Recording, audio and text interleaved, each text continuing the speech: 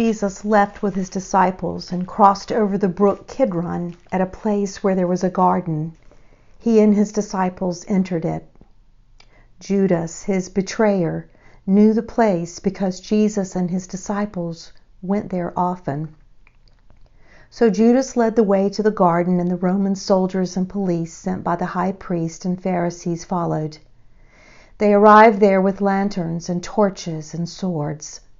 Jesus, knowing by now everything that was coming down on him, went out and met them. He said, "Who are you after?" They answered, "Jesus the Nazarene." He said, "That's me." The soldiers recoiled, taken totally aback. Judas, his betrayer, stood out like a sore thumb. Jesus asked again, "Who are you after?" They answered, "Jesus the Nazarene." "I told you, that's me. I am the one. So if it's me you're after, let these others go." This validated the words in his prayer, "I didn't lose one of those you gave." Just then Simon Peter, who was carrying a sword, pulled it from its sheath and struck the chief priest's servant, cutting off his right ear. Malchus was the servant's name. Jesus ordered Peter, "Put back your sword. Do you think for a minute I'm not going to drink this cup the Father gave me?" Then the Roman soldiers, under their commander, joined by the Jewish police, seized Jesus and tied him up. They took him first to Annas, father-in-law of Caiaphas. Caiaphas was the chief priest that year. It was Caiaphas who had advised the Jews that it was to their advantage that one man die for the people. Simon Peter and another disciple followed Jesus. That other disciple was known to the chief priest, and so he went in with Jesus to the chief priest's courtyard. Peter had to stay outside. Then the other disciple went out, spoke to the doorkeeper, and got Peter in. The young woman who was the doorkeeper said to Peter, "Aren't you one of this man's disciples?" He said, "No, I'm not." The servants and police had made a fire because of the cold and were huddled there warming themselves. Peter stood with them, trying to get warm. Annas interrogated Jesus regarding his disciples and his teaching. Jesus answered, "I've spoken openly in public. I've taught regularly in meeting places and the temple, where the Jews all come together.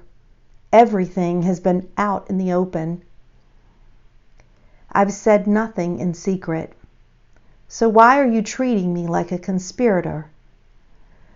Question those who have been listening to me. They know well what I have said. My teachings have all been above board." When he said this, one of the police officers standing there slapped Jesus across the face, saying, "How dare you speak to the chief priest like that?"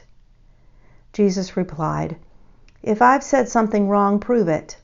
But if I've spoken the plain truth, why this slapping around?" Then Annas sent him all tied up to the chief priest Caiaphas. Meanwhile, Simon Peter was back at the fire, still trying to get warm. The others there said to him, "Aren't you one of his disciples?" He denied it. "Not me." One of the chief priest's servants, a relative of the man whose ear Peter had cut off, said, "Didn't I see you in the garden with him?" Again, Peter denied it. Just then, a rooster crowed.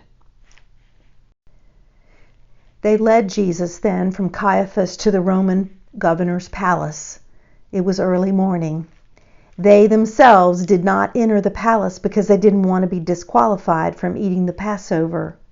So Pilate came out to them and spoke.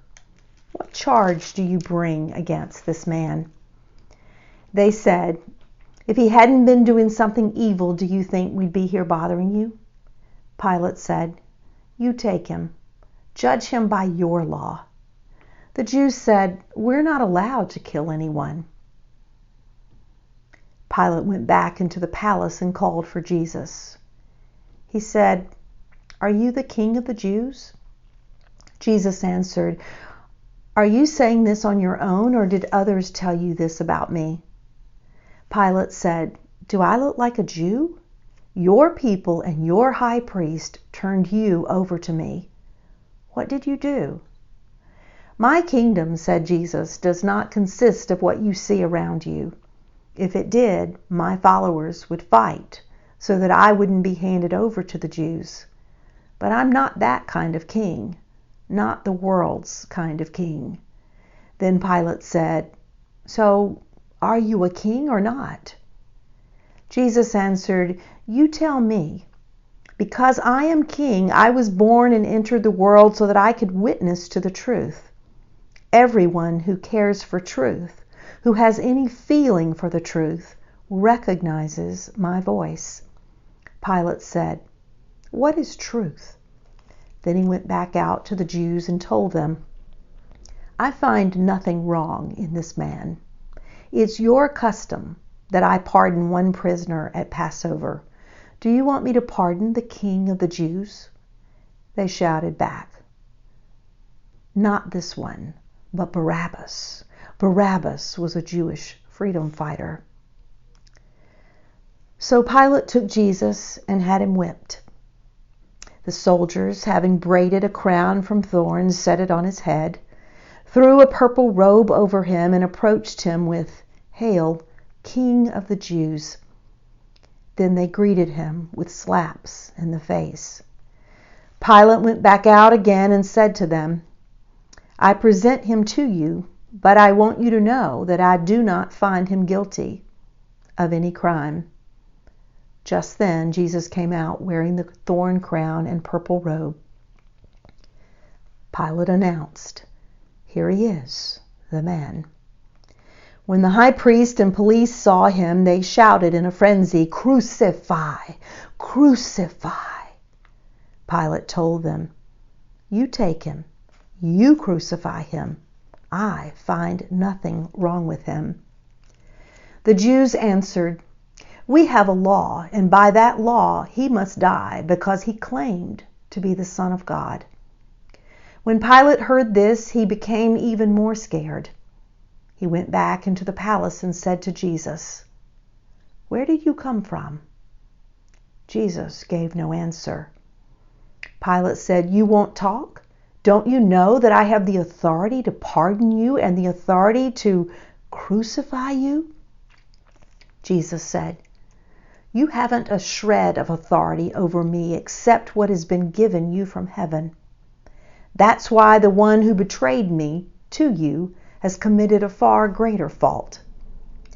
At this, Pilate tried his best to pardon him, but the Jews shouted him down.